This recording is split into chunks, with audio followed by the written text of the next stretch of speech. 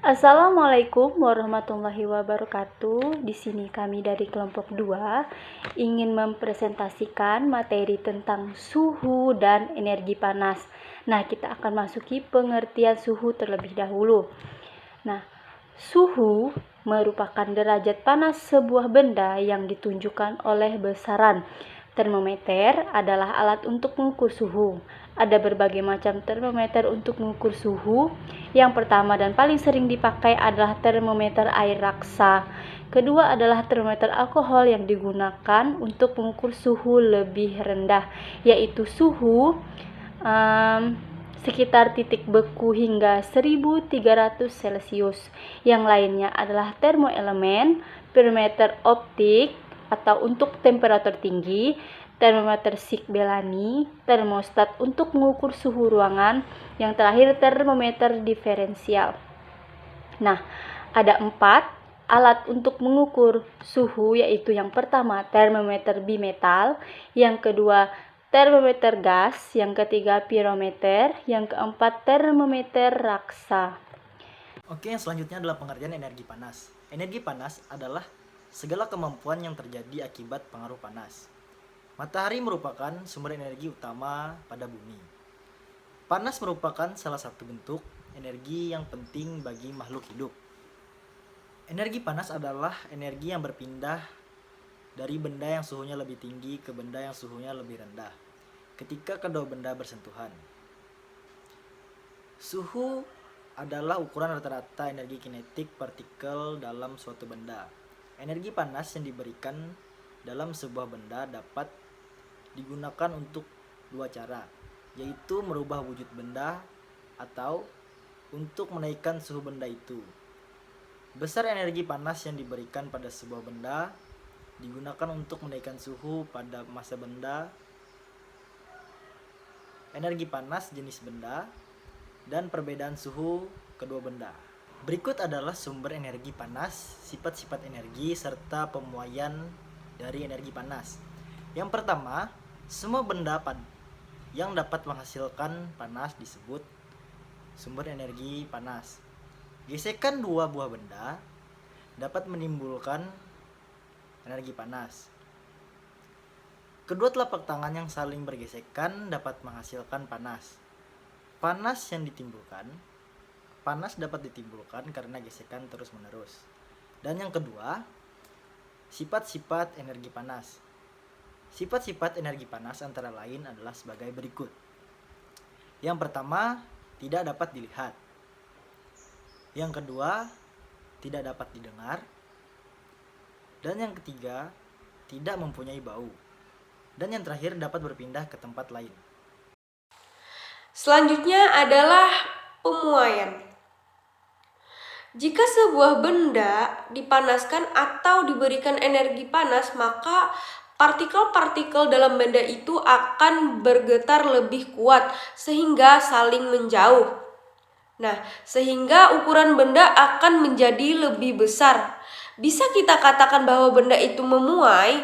Pemuaian dapat terjadi baik pada benda padat, cair maupun gas. Nah, di sini saya akan menjelaskan di dalam penuaian ada 3 penuaian. Yang pertama yaitu pemuaian panjang, pemuaian luas, dan pemuaian volume. Yang pertama yaitu pemuaian panjang. Pada pemuaian panjang dianggap bahwa benda mempunyai luas penampang yang sangat kecil, sehingga ketika dipanaskan hanya memuai pada arah panjangnya saja. Nah, besarnya pertambahan panjang sebuah benda yang akan dipanaskan adalah berbanding lurus dengan panjang mula-mula benda dengan kenaikan suhu. Nah, yang selanjutnya atau yang kedua yaitu pemuaian luas. Nah, pada pemuaian luas, pemuaian terjadi pada arah melebar pada sisi panjang dan lebarnya benda. Yang ketiga yaitu pemuaian volume. Pemuaian volume biasanya terjadi pada zat cair dan gas. Pemuaian ini terjadi pada arah memanjang, melebar, dan meninggi. Selanjutnya, perpindahan energi panas. Perpindahan energi panas dapat dilakukan dengan 3 cara. Yang pertama yaitu dengan cara konduksi.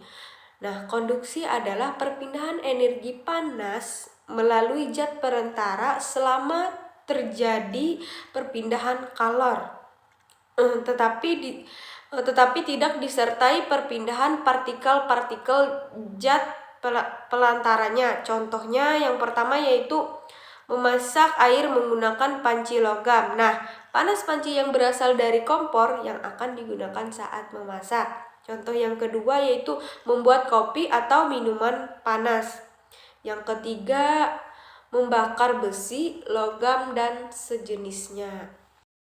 Selanjutnya, konveksi. Konveksi adalah proses perpindahan energi panas yang terjadi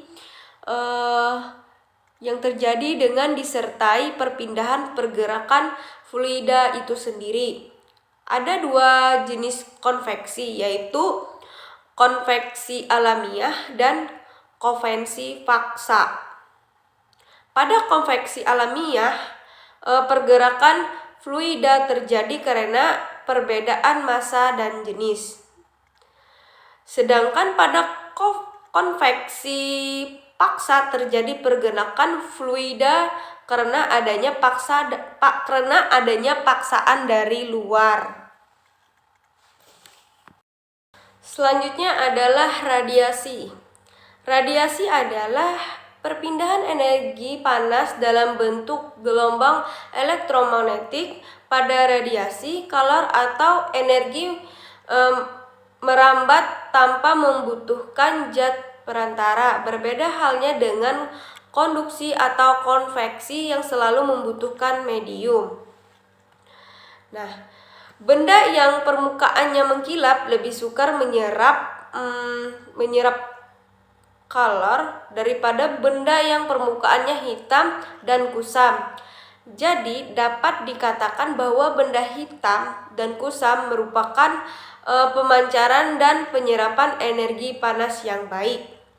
Contohnya, tubuh terasa hangat ketika didekatkan dengan api atau jenis panas lainnya. Misalkan saat tangan kita diletakkan pada kompor gas yang sedang menyala. Hangatkan tubuh ketika dekat dengan api unggun dan sejenisnya. Nah, selanjutnya contohnya panas matahari sampai ke bumi meski melewati ruangan hampa.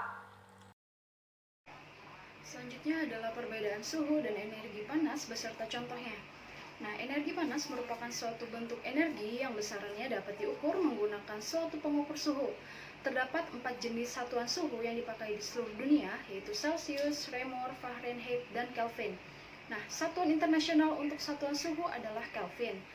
Suhu sendiri merupakan suatu pengukuran yang digunakan untuk menunjukkan seberapa banyak energi panas yang ada pada suatu tempat. Sebagaimana halnya energi pada umumnya, maka energi panas dapat berubah bentuk dari satu bentuk ke bentuk lain. Contohnya terjadi pada pembangkit listrik tenaga panas bumi yang mengubah energi panas menjadi energi listrik.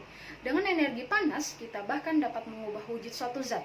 Misalnya lilin yang dipanasin, lama-kelamaan akan meleleh. Nah, hal ini berarti panas dapat mengubah wujud lilin yang tadinya padat menjadi cair. Contoh lain terjadi ketika kita merebus air. Jika air kita panaskan secara terus-menerus, maka lama-kelamaan air akan menguap menjadi uap air. Hal ini mengubah bentuk air yang berbentuk cairan menjadi uap air yang berbentuk gas. Pada kesempatan kali ini, saya akan melakukan suatu kegiatan yang berkaitan dengan suhu dan energi panas, di mana kita harus menyiapkan alat dan bahannya. Yang pertama adalah margarin, piring, penggorengan, dan juga spatula. Pertama-tama, kita letakkan sedikit margarin di atas piring seperti ini, lalu kita diamkan beberapa saat. Setelah didiamkan beberapa saat, tidak ada suatu hal yang terjadi pada margarin tersebut. Karena margarin tersebut tidak mengalami perubahan, maka selanjutnya adalah kita memanaskan penggorengan terlebih dahulu. Kita panaskan beberapa saat. Ketika penggorengan sudah panas, selanjutnya kita letakkan margarin yang ada di piring tadi ke permukaan penggorengan.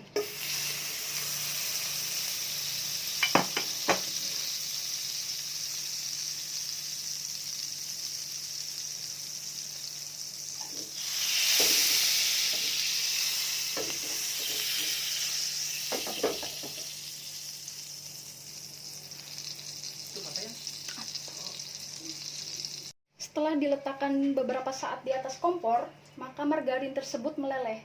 Nah, melelehnya margarin tersebut disebabkan oleh energi panas yang dihasilkan oleh api yang ada di kompor kepada penggorengan yang sebelumnya sudah diletakkan margarin. Setelah itu, kita matikan api kompor tersebut.